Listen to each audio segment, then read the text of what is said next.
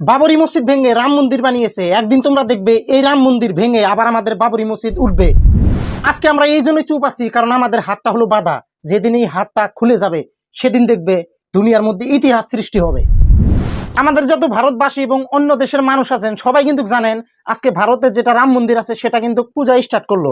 সেই উদ্দেশ্যে ভারত সরকার বলেছে 22 তারিখ রাম মন্দির আমরা স্টার্ট করব, পুজো স্টার্ট করব। সেই জন্য তোমাদের আন্ডা, মাছ, মাংস, মুরগি ইত্যাদি শুটকি মাছ এগুলো খাওয়া যাবে না।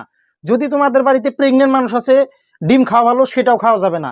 তাই আমি একটাই কথা বলতে চাই, রাম মন্দির কি এই যে পূজা স্টার্ট করেছে, রাম এসে ওই মন্দিরে আন্ডা, এই মুরগি মাংস টাংস এগুলা খাবে নাকি? যে সবাইকে মানা করে দিয়েছে আজকে অনেক দিন পরে রাম বাবা আসতেছে, সে মানে আজকে অতিরিক্ত খাবো।